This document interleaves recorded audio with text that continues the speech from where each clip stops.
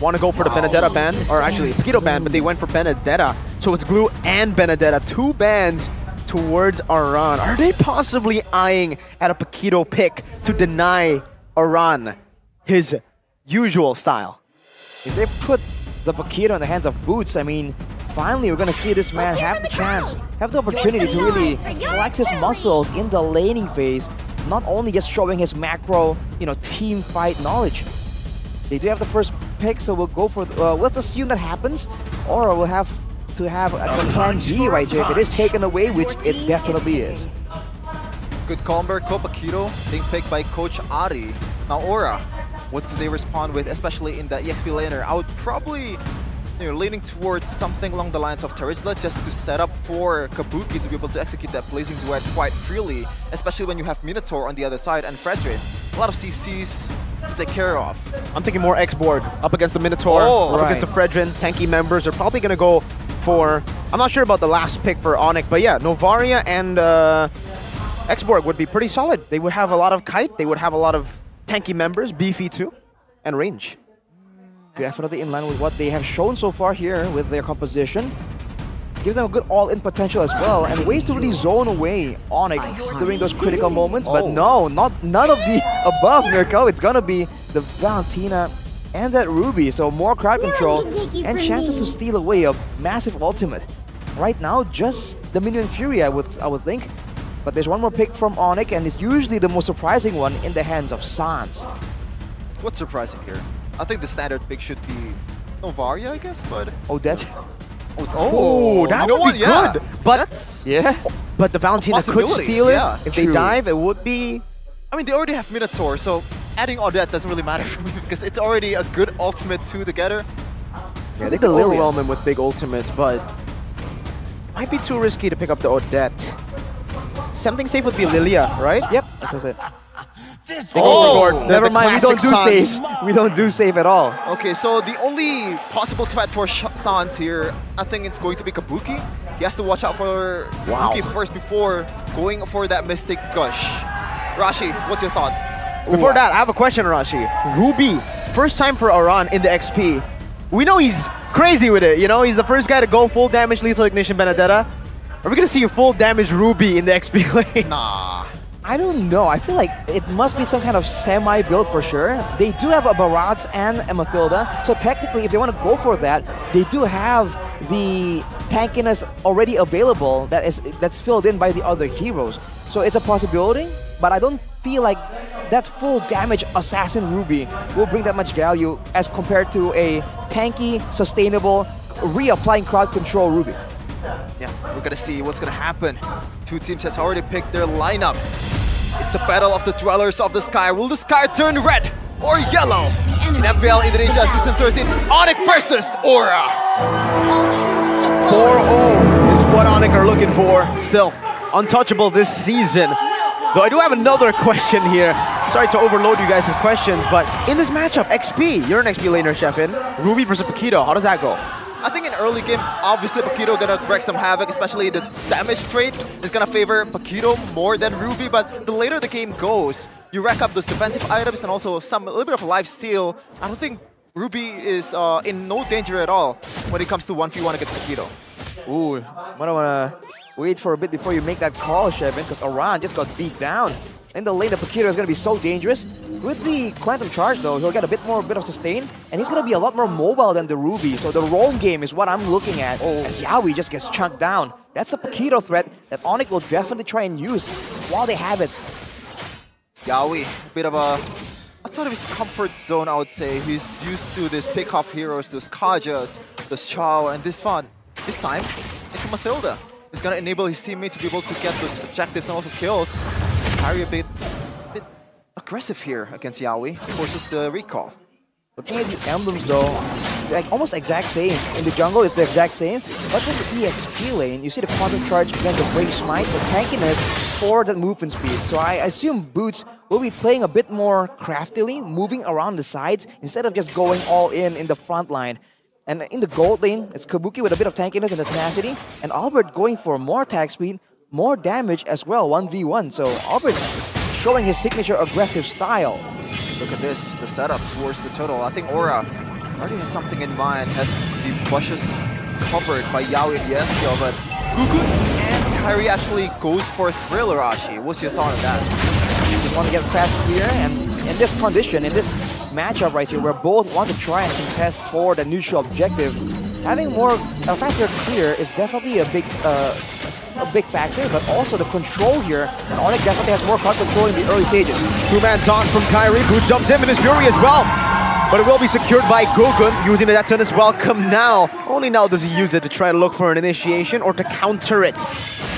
Onic conceded. Oh, how cheeky that is, Arashi. Yes. Minotaur hasn't had the level 4 yet, but yes, Kel already had the Minotaur locked on. That's just impudence coming in from Aura, and it's great to see that they're not buckling under the pressure here, going up against the favorites for this matchup. Oh, taking the talent prediction by Samsung Galaxy. We know what's going on with Mirko, but hey, for the most part, I mean, over there, Lim Kochel is with you on the Indonesian desk, Mirko. Yeah, it's just me and Lim. Or actually Lim alone. Really depends on how you see it, right? Right.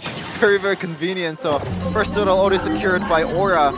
Very good, very positive early game so far, but it's only 300k. I mean, 300 gold. Still definitely a minor gold advantage.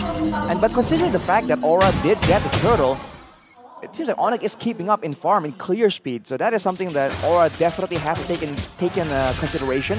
He can be winning, but is it enough? Whoa! Wow, Detonus welcome onto Keyboy. That's the roamer. Pinned down. Now it's a Mystic Gush onto the Minus Fury. Looking at him onto Double. He's going to edge from Kabuki in the back. Just wreaking havoc. Finds an Appraiser's Wrath. Gets a bit of HP back. It's only a 1-for-0 traded. And it's Gugun who falls. Onic win out. But that looks so good for Aura, Arashi. What happened there? Well, the fact that they were the ones pulling the trigger on the play means that they have less crowd control tools to really try and win out in the fight, because they had to spend some to really get the catch in the first place.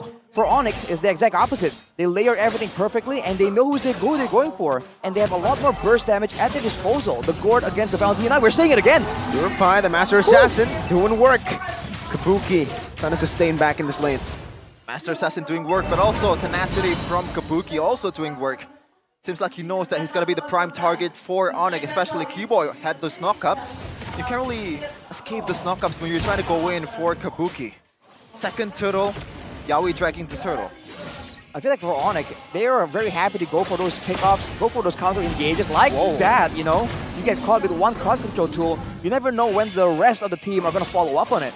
For Aura, it's the exact opposite. They have to try and find a really favorable fight and, you know, feint, move back and forth a bit in order to bait out some of these spells using the Mathilda. One of the power picks they prioritize, picking it first.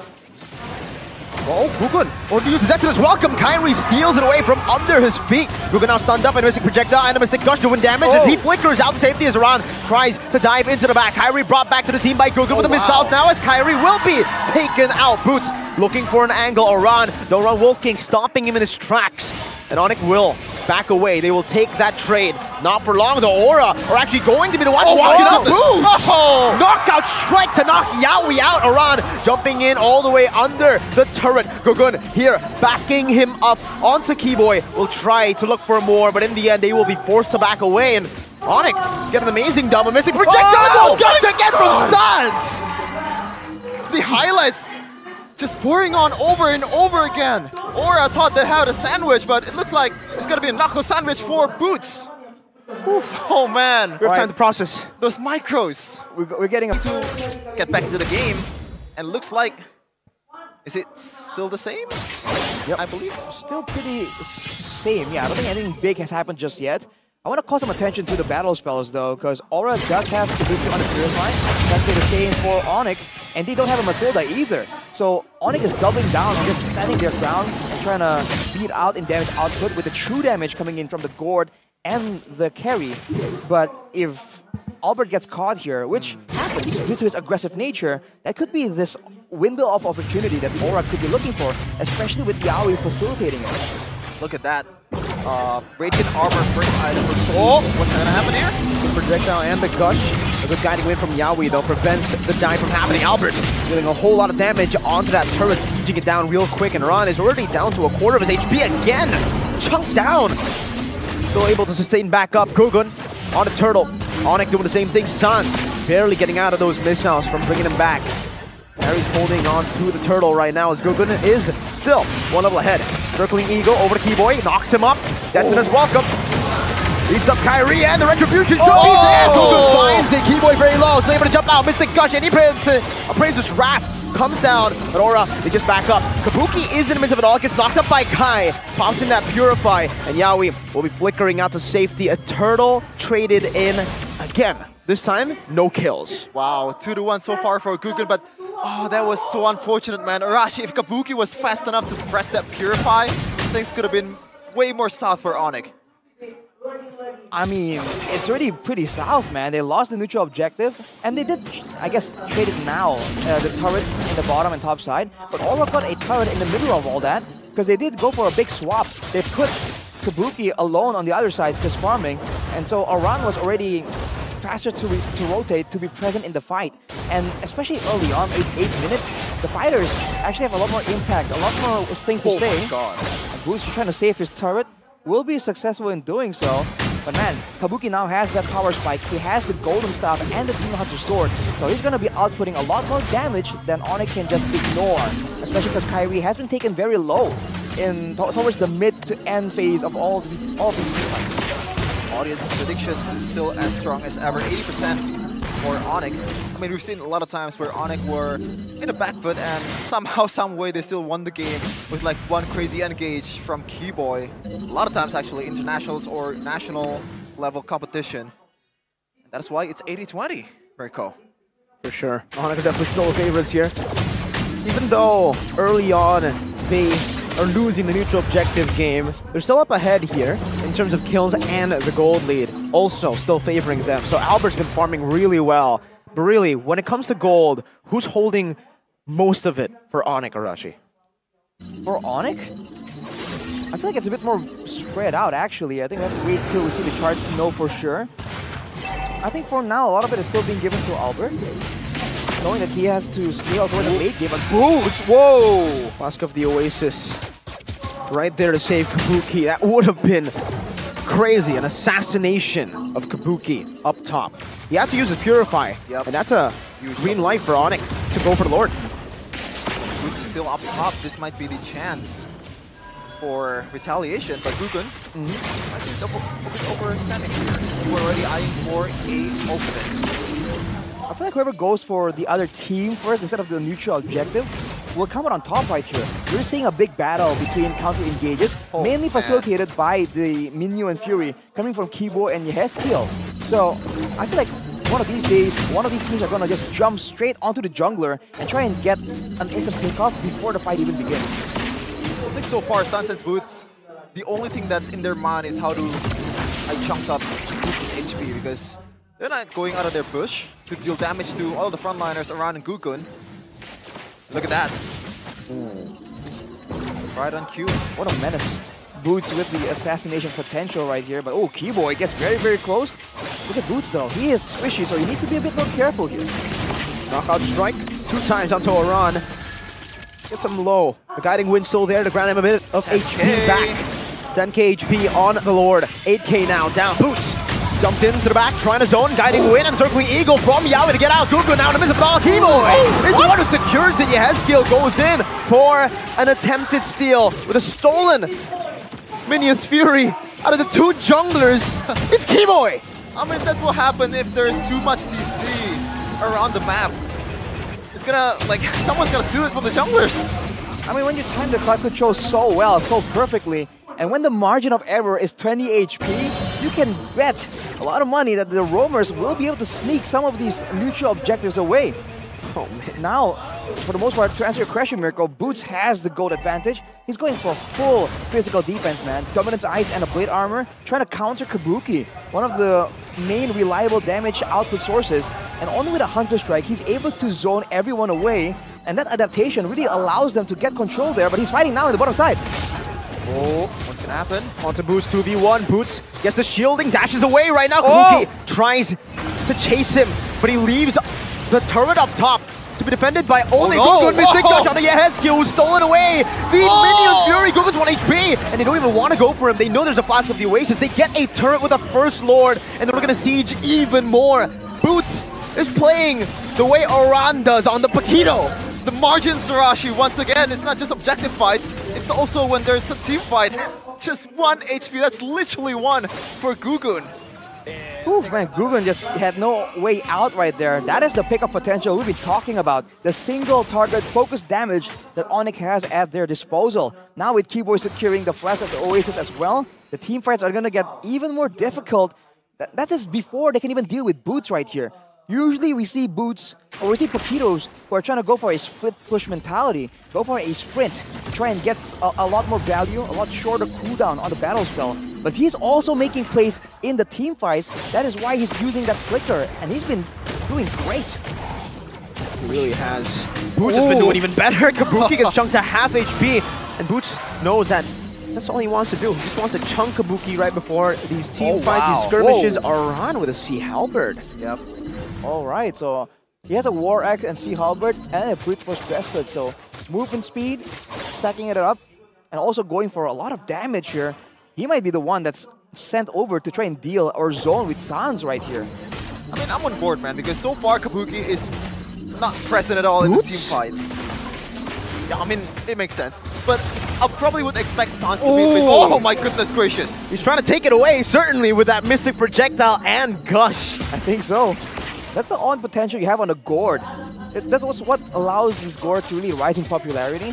The fact that you can have good wave clear, safe wave clear, because you can leave the Mystic field there, but so also annoying. have a lot of ways to go for a catch, a pickoff, and still output a lot of damage in AoE fashion in the later stage of the game. Now with Onic controlling the Lord Pit, I think Aura will have to try and find a way in now. It's going to be a lot more difficult. Boots. He's waiting for Kabuki, jumps in right now. Does the Wind of Nature get popped? No, it's only the guiding wind right now for Yaoi. Albert walks up, Aran gets assassinated, one more hit! Aran flickers out to safety just in time, barely.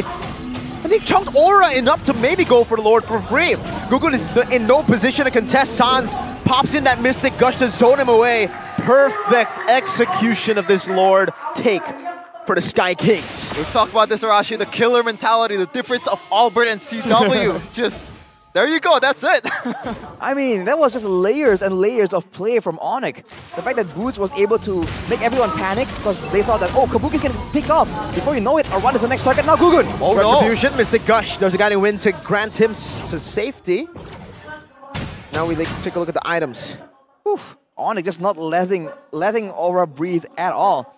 Sans is going for the double wand build here, along with the Enchanted Talisman, so a lot of cooldown already available. He's just gonna spam it out, and even if you don't get hit by the Mystic Projectile, if you get slowed just a bit, the whole roster of Onic have a lot of catch-up potential. Circling Eagle onto the back, Kyrie with the taunt. Gonna siege this down, Albert free hitting, will be able to take this turret down as 2 base turrets. And Lord still up top. Yehezkiel's been tanking it now. Finally, Gugun takes the aggro, clears it out. Minion wave in the mid lane, still super minions coming down. Aran getting caught in the Mystic Projectile, taunted up, and now still caught in the Mystic Gush for such a long time. Kyrie gets eaten now, spat back out. Minion Fury onto the back by Keyboy. But Yehezkiel doing the same thing, not enough damage to follow it up. Oh, Kabuki's already so low. Boots assassinates him in the back, and Albert executes the game plan. Now it's Kabuki who pops in a blazing duet. Not enough damage. Sans is still at half HP. Albert is healing back. Kabuki, Battle Mirror Image in the front. Albert jumping forward. Mystic Gush! Oh! He tried to predict the Battle Mirror Image, but Kabuki is still able to defend. Dodges away from the Mystic Projectile. Sans needs to find an angle. He gets it! God. The glowing wand is ticking on, and the Mystic Projectile has to be dodged away by Kabuki with the Battle Mirror Image. Now with Sans, who is sieging down the mid-base turret. He finds it. He doesn't get the Mystic Projectile, though. And Aura defend 60 minutes in. Have you ever seen this? It's a 1v1 base battle between a mid laner and a gold laner, Sans. That was like, I would say, one step further, like one step too much. Predicting that Mystic Projectile, he should have gone for it, man. He shouldn't have predicted it. The fact that Onic even went for the end there, kind of, to try and get the kill onto Kabuki, is surprising enough for me. Because usually you see a more decisive, a more disciplined Onic, but they're like, okay, you know, the waves are not available, but we'll get you somehow. It's almost like Albert influenced the rest of the team to go in with that killer instinct. Wow. Man, the base turret is gone for Aura, but look at the gold. Before this, it was like 7.6k. Now it's 4.2k, so... Oh no! Oh my goodness gracious! He can't keep getting away with this, man. Yeah. The third time in this game, he keeps getting it done. And that is the big factor here. The difference in magic damage output between Yehezkiel and Sans, and from how far. For the most part, if you look at the itemization, even Boots only now has the final item being an Oracle, right? He was building physical defense for the longest time, knowing that Yehezkiel has to pick up the Minion Fury instead of higher damage spells in these fights. The same can't be said for Aura, just like that, the zoning ultimate from Sans. And also, just to add to that, Arashi, I believe Yehezkiel actually prioritized the anti-regen item instead of penetration, so no threat at all for the frontliner of Onic in terms of like magic damage. They can stack up the physical damage item or like physical defense item as much as he can. Well, I think the first item, at least for the Valentina, was the Lightning Truncheon. But again, how close can you get to the backline of Onic to output that damage? It doesn't seem like Onic, especially Sans and Albert, are too concerned about it. Sans now has the Winter Truncheon, but I believe that's not really made to try and deal with, you know, with the burst potential. It's more about trying to avoid the Blazing Duet maybe, or Aran just jumping in, trying to burst him down. How do you defend this? How do you defend this against Sans and Albert? Boots still looking for an angle to fight. Aran trying to hold Keyboy down. They're actually doing a good amount of damage. Yehezkiel, what? All the way in the front, gets baited in by Sans. And he falls before Onic even looked for a full team fight. Kyrie in the front now, holding around down. A Mystic Gush dodged away from Kabuki. He's taking a whole lot of damage from that, though. Goes back to the Battle Mirror image. They have been able to defend right now as Aran gets taunted up. The guiding wind is there, but Aran doesn't go for it just yet. Aim offended to lock Boots down. Kabuki on a killing spree this time round. An Appraiser's Crash to the back. Now it's a Winter Truncheon by Gugud. The Minus Fury, but they stay objective. They target the base down, and they secure game number 1. What a game! What a game! I'm already excited for game number 2. It looks like it was a silent domination, at least until the late game for Onic. They're not really dominating in terms of kills, but they know they have to choke Aura little by little. The gold lead piled up, and finally, just insanity.